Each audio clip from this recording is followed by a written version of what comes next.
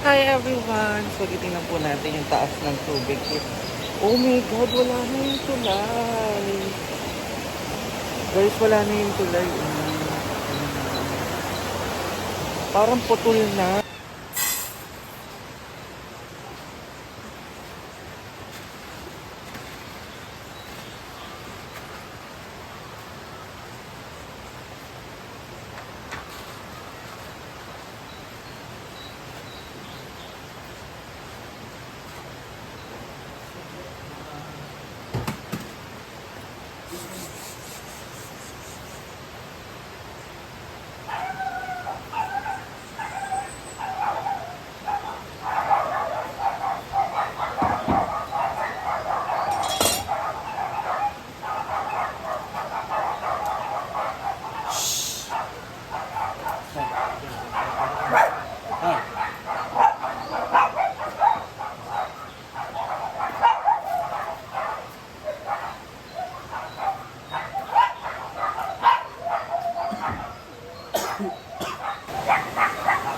Kaya na po yung water level.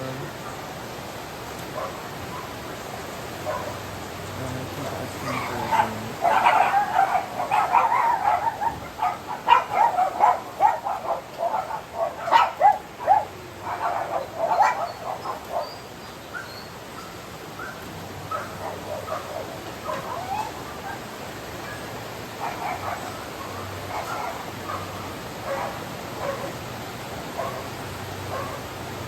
As of 6:30 in the morning.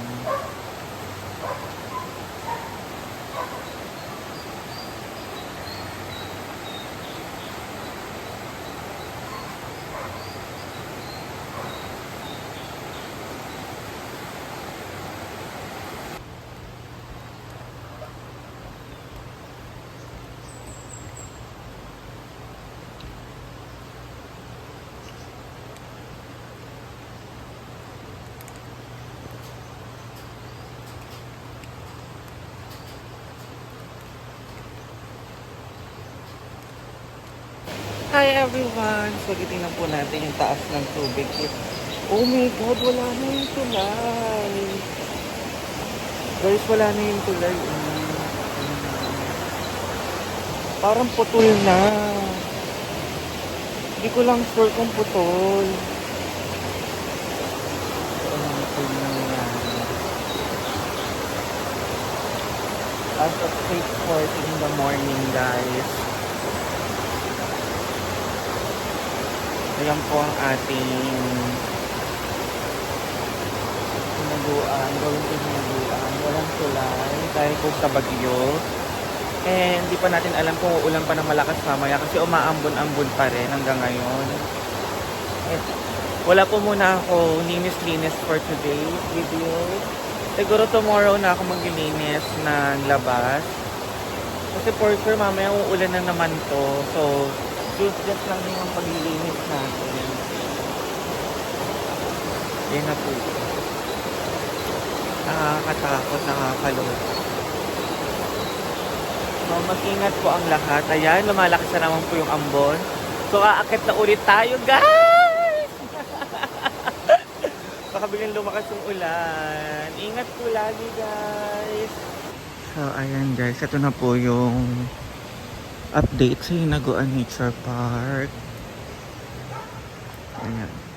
Di po muna ako magwawalis-lis kasi mamaya tumakas na naman yung ulan and paano ulit yung mga puno. So mamaya na lang po ako magwawalis and mag-update kapag wala na pong ulan.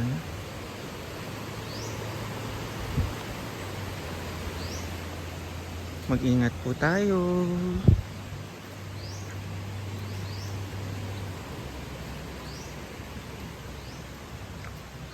Ito po yung update natin. Lamig guys, sobra. Ay! Natahulan ako ng mga dogs. Sabagay, hindi naman nila ako kilala. Kaya tatahulan talaga nila ako.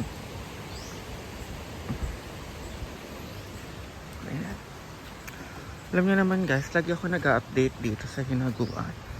kung ano man yung mga eksenang nangyayari.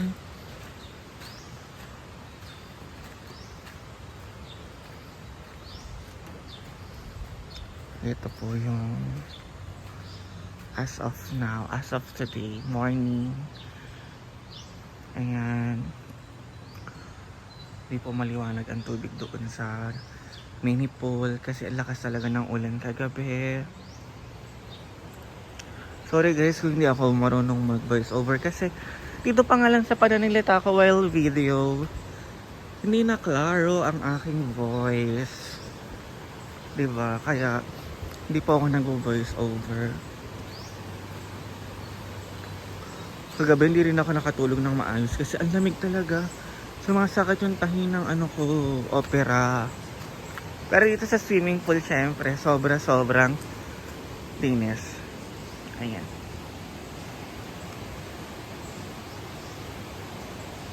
Thank you Lord for every day, and sana hindi nilang makas ang ulan para yung mga binabaha dito malapit ka na madam ay maging okay.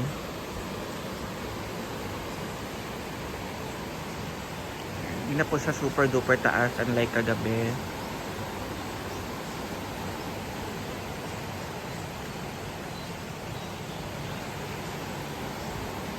Kinakatakot ko lang talaga dito yung ahas eh. Kasi minsan may mga ahas na maliliit na lumalabas kapag bumabagyo. And ayan, mag-update na lang po ulit ako mamaya kung ano ang mga kaganapan.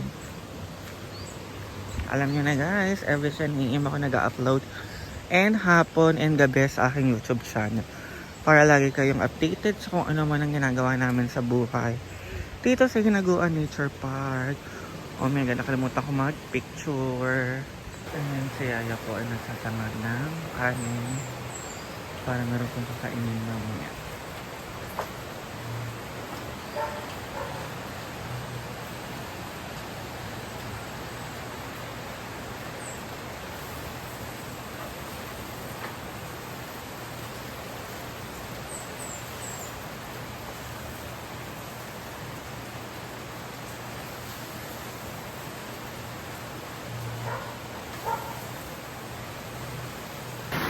Ayan guys, it's already 6:45 in the morning. Ito na po yung ilog. Yes, wala pong kulay. Yes, wala na pong kulay. Napupul na ang kulay. Mag-ingat po ang lahat. Nasa magtulog po kayo na Mindanao or kung saan malakas yung bagyo. Mag-ingat po ang lahat.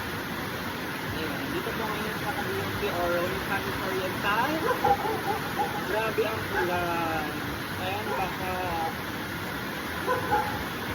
So, mag-ingat po. God bless you all. At ito naman ang fresh taniman ni Madam. Ayan.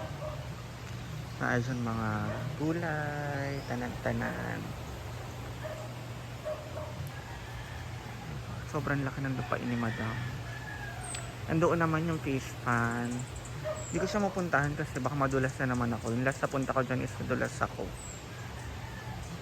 Kasi nga diba, malambot ang bayot.